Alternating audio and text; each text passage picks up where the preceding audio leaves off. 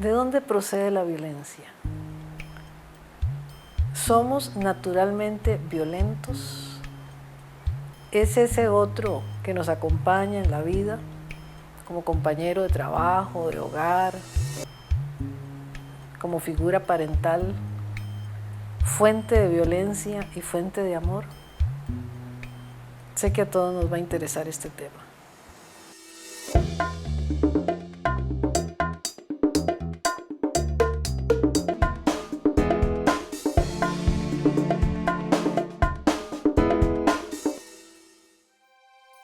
El lugar donde los signos del otro se eclipsan es el único posible para un intercambio. Todos los otros son generadores de violencia. Mónica Bull. En este capítulo de Identidades conversaremos acerca de la violencia con la psicoanalista Mónica Bull. Si en Costa Rica el imaginario de identidad tiene como núcleo ideológico la nación de paz, entonces, ¿por qué el paisaje urbano en tantos aspectos contradice esa paz? Desde el psicoanálisis reflexionaremos acerca de las causas de la violencia y con el sociólogo Mario Zúñiga conversaremos acerca de la cultura de paz en medio de la ruptura social. Muchísimas gracias, Mónica, por ayudarnos a comprender de qué hablamos cuando hablamos de violencia. El psicoanálisis no define el fenómeno, el significante violencia. Sin embargo, sí plantea una articulación que es la relación que hay entre el sujeto y el lazo social. Y aquí es interesante una reflexión que hace Sigmund Freud, en un texto actual y provocativo, a pesar de haber sido escrito en el año 1929, 1930, el texto se llama Malestar en la cultura. Él dice, ¿de qué sufren los seres humanos? ¿De qué sufrimos nosotros, los sujetos? Y de hecho es una pregunta que nos llega a la clínica, el sujeto sufriente, el sujeto con su dolor, con su padecimiento. Y Freud va a plantear que el sufrimiento del sujeto viene de tres fuentes: de las causas de la naturaleza, del propio cuerpo tendiente a la aniquilación y a la destrucción, y de la relación con los otros. Es interesante que en esta tercera forma de la relación con los otros habla con los otros, o sea que la violencia y el sufrimiento que más dolor nos provoca es la relación con el otro, con el amigo, con el hermano, con el compañero, con el novio, con la novia, con el esposo, con la madre, con el padre. O sea, hay entre los sujetos una relación que es la que más dolor nos causa. Por eso es tan difícil y estamos en una época en la cual el lazo social es justamente una situación muy complicada, pero de eso vamos a hablar un poquito más adelante. Por un lado tenemos en la época actual una situación donde está la subjetividad de la época, la llamada subjetividad de la época, la característica de la época actual, el tener versus el ser, toda una propuesta de parte de la sociedad, tenga un talle 1 para las chicas, tenga tecnología, tenga carro, tenga versus obturar de alguna manera la pregunta por el ser que tiene que ver con lo que deseo, cuál es mi deseo, que ese es el sujeto del psicoanálisis, el sujeto del deseo, el sujeto del inconsciente, en el cual se ejerce una violencia y un malestar en esa interrelación entre el sujeto y lo social. Se puede entender concretamente tres tipos de violencia. Vamos a ver. Una acepción de violencia es la agresión, que es cuando una persona de forma deliberada o no intencional arremete contra otra persona. Eso es básicamente lo que constituye los robos, los asaltos o también los accidentes de tránsito. Pero hay tipos de violencia más velada o menos visible, ¿verdad? Hay un tipo de violencia que se le llama la violencia simbólica, que quiere decir cuando los órdenes discursivos, ¿verdad?, van en contra de algunos segmentos de la población. Vamos a poner un ejemplo muy sencillo. Cuando se dice el hombre para referirse al conjunto de la humanidad, se está ejerciendo violencia contra la mitad de la humanidad, que no son hombres. Se les está sacando a las mujeres simbólicamente del discurso general de la humanidad. Y hay un tercer tipo de violencia, también muy poco visible, que se le denomina violencia estructural, que es la violencia en la cual se justifica que exista un orden social inequitativo. Puesto en términos sencillos, un orden social donde pocos tienen mucho y muchos tienen poco, que es más o menos el estado del orden social mundial actualmente. Y en ese acentuar de mecanismos de violencia, la sociedad cada vez va sintiendo que pierde la paz o que tiene menos paz. Yo considero que los jóvenes encarnan una de las formas del malestar en la cultura. ¿Por qué digo esto? Porque los jóvenes son generalmente asociados a la violencia, como si hablar de jóvenes y hablar de violencia fuera implícitamente lo mismo. Y no es lo mismo. Realmente el joven, si tomamos el joven en otras épocas, el joven tiene toda una fuerza, una capacidad, el joven, el adolescente, una capacidad de lucha productiva, también todo un desarrollo desde la pubertad, adolescencia. Y el joven en este momento es tomado como que implícitamente por ser joven fuera violento. Más bien lo que hay es diría yo, hasta una criminalización del joven.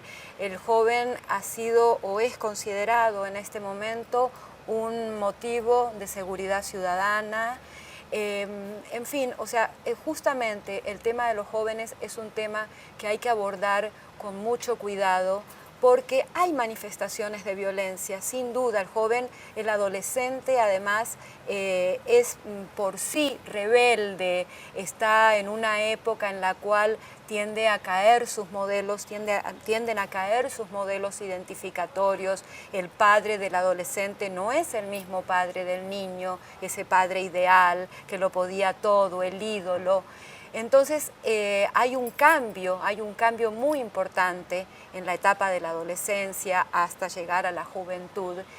Y lo que se tiende es a escuchar poco la voz de los jóvenes, a escuchar poco, a alojar poco ese malestar del joven. Muchas veces las manifestaciones de violencia de los jóvenes encierran estados de angustia que a veces tienen más que ver con situaciones depresivas, situaciones de no poder asumir su propio deseo, de no poder doblemente. Por un lado, la sociedad les propone toda esta tendencia al éxito, al apuro en responder, a toda esta sensación de inmediatez, de éxito, de eficiencia inmediata. Y el joven justamente está en una época en la cual al tener que ingresar a ser actor social, entra en esa situación de angustia, de ambivalencia, donde por un lado la propuesta de la sociedad es esta y por otro lado él no sabe cómo incluirse. Yo creo que los mismos adultos dejamos caer a los jóvenes y después culpamos a los jóvenes, responsabilizamos a los jóvenes de las manifestaciones de violencia. Pienso que hay que escuchar mucho más cuál es la queja, por qué un joven acude a las drogas en lugar de entrar con perros y con policías encubiertos a buscar la droga en los colegios. Tendríamos que hacernos la pregunta de por qué un joven acude a la adicción. Adicción que tiene que ver, como la palabra lo dice, a el prefijo delante, sin dicción, sin palabra. O sea, la adicción es un exceso de la angustia, algo que no pasa por el lenguaje, por lo que nos hace específicamente humanos, que es lo simbólico, y entonces empuja a un acto. El psicoanálisis dice que como no somos seres completos, como no lo tenemos todo, entonces siempre somos seres deseantes, somos sujetos del deseo. Solo que hay una necesidad de sentirnos completos, de buscar la completud. Y cuando eso no se realiza y cuando aparece la falta y aparece esa manchita negra que no nos deja hacer, entonces le echamos la culpa al otro, porque no nos gusta reconocernos como culpables. Al otro, que muchas veces es ese que es más joven que yo, o ese que es mayor que yo, o ese que es inmigrante. Pareciera que es muy difícil para nuestra subjetividad no considerarnos perfectos. El fenómeno de la violencia no es reciente, puesto que ha estado siempre presente ahí donde las personas han dejado su impronta. De hecho, es la epopeya de la violencia el tema básico a partir del cual se han construido todas las civilizaciones. Basta leer la historia de las guerras de conquista o expansión o la de las revoluciones del siglo XX para percatarse de que la solución de numerosos conflictos humanos se ha buscado por medio de actos violentos. La idea de violencia está estrechamente relacionada con los conceptos de fuerza, agresión y poder.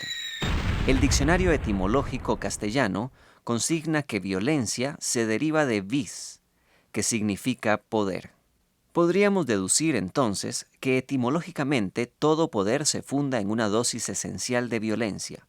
Vale decir que, etimológicamente hablando, poder y violencia son una y la misma cosa.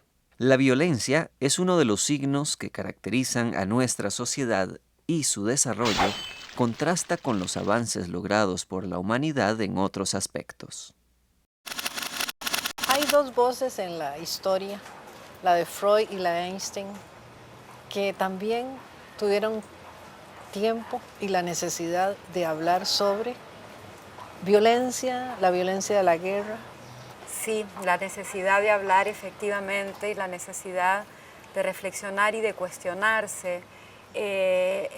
Justamente en 1932 hay una carta que se titula ¿Por qué la guerra?, que es parte de la correspondencia de esta relación epistolar que Freud acostumbraba a mantener.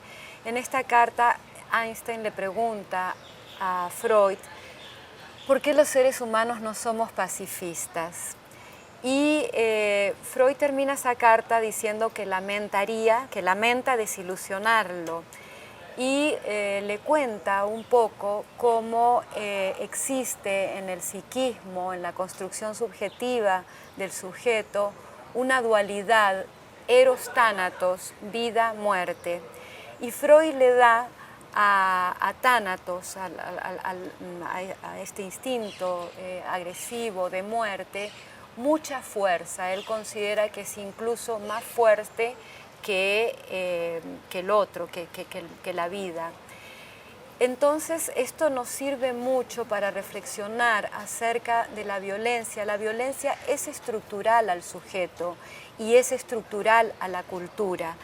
Sin embargo, se puede canalizar, se puede sublimar, se pueden tender actividades, tender a situaciones que sublimen la cuestión violenta. La cultura, por ejemplo, todo lo que tienda al desarrollo de la cultura, promueve el lazo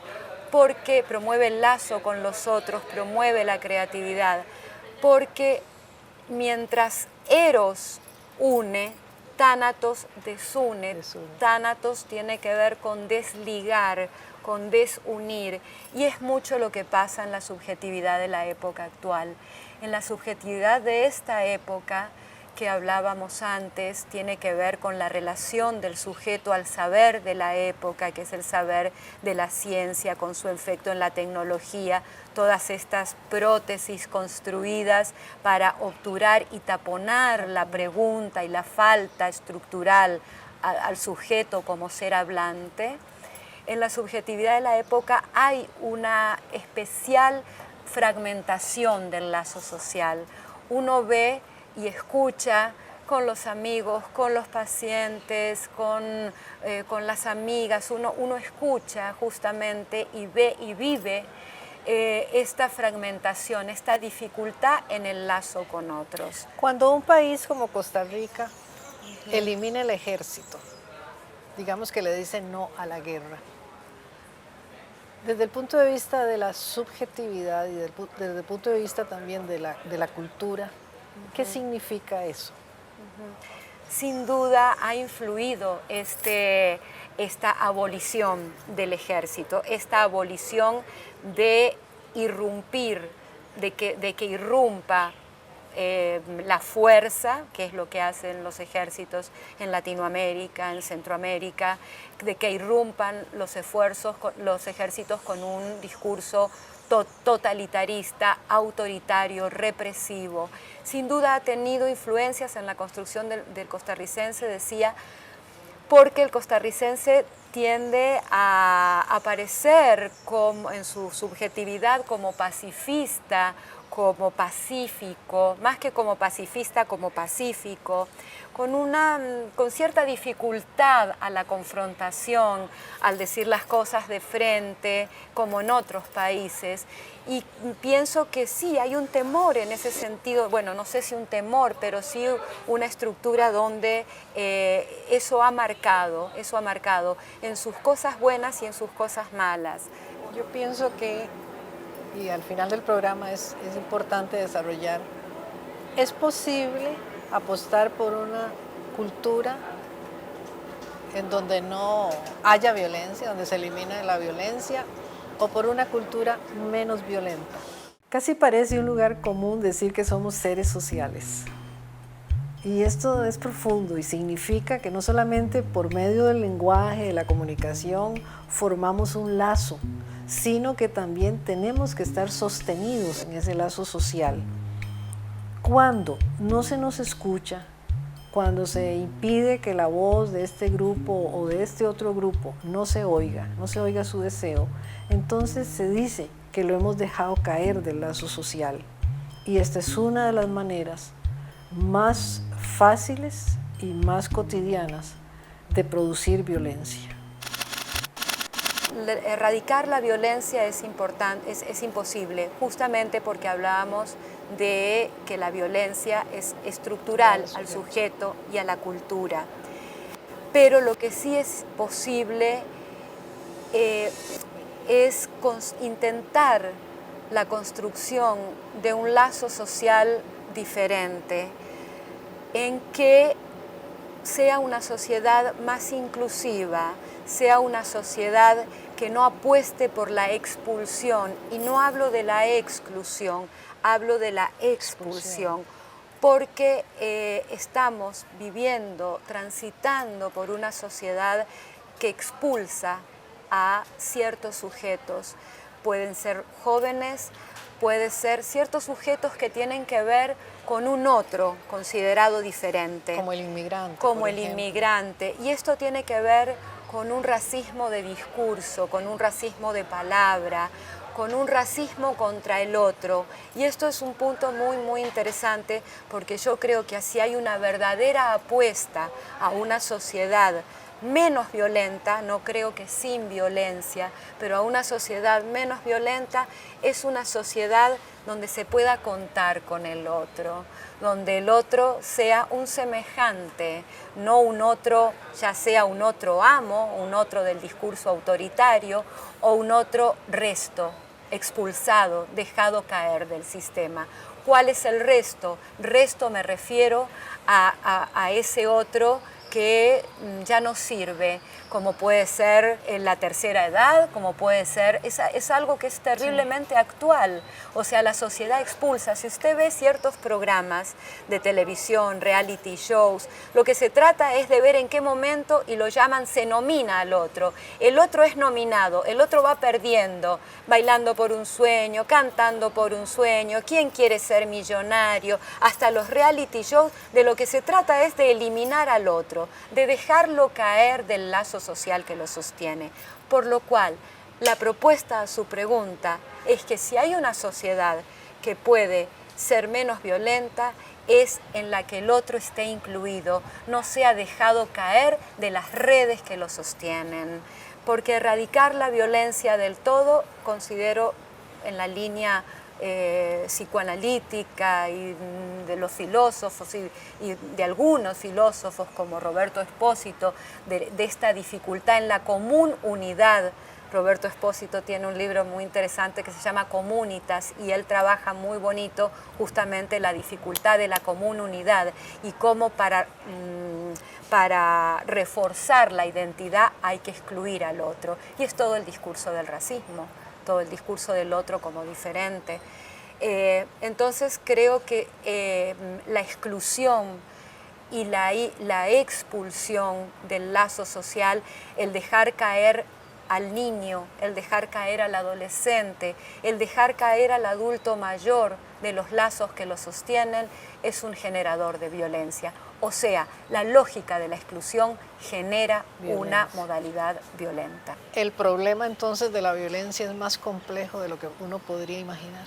Sí, el problema de la violencia es un problema sumamente complejo porque justamente se trata de deconstruir, y aquí retomando la primera pregunta, ¿de qué hablamos cuando hablamos de violencia? Se trata de deconstruir filosófica, antropológica, psicoanalítica, desde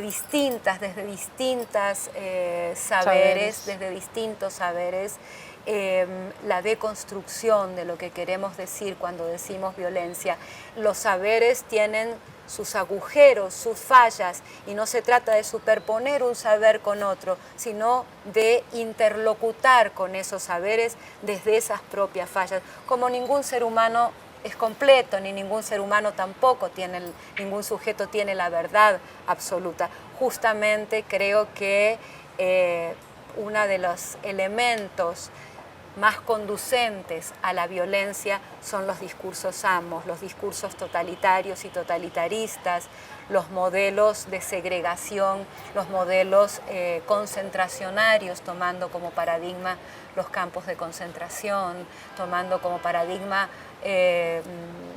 Guantánamo, todo lo que tiene que ver con universos concentracionarios donde se aísla a los sujetos para extraerles, expropiarles su subjetividad. Yo creo que por ahí va un poco el cómo apostar a una sociedad menos violenta, dejando caer también los discursos ambos, los discursos autoritarios. Muchísimas gracias, Mónica Bull, por esta cátedra, por esa palabra, por ese esfuerzo en el tiempo, apostando por una humanidad mejor. La fragmentación del lazo social nos afecta las identidades, la propia, y afecta también la identidad de los demás. Por eso tenemos que pensar y darle espacio a la palabra de esos otros, de tal vez esos que hemos segregado sin darnos cuenta por qué lo hemos hecho. Porque la única manera de apostar por una sociedad menos violenta es escuchando esa palabra, esa subjetividad que es diferente a la de todos.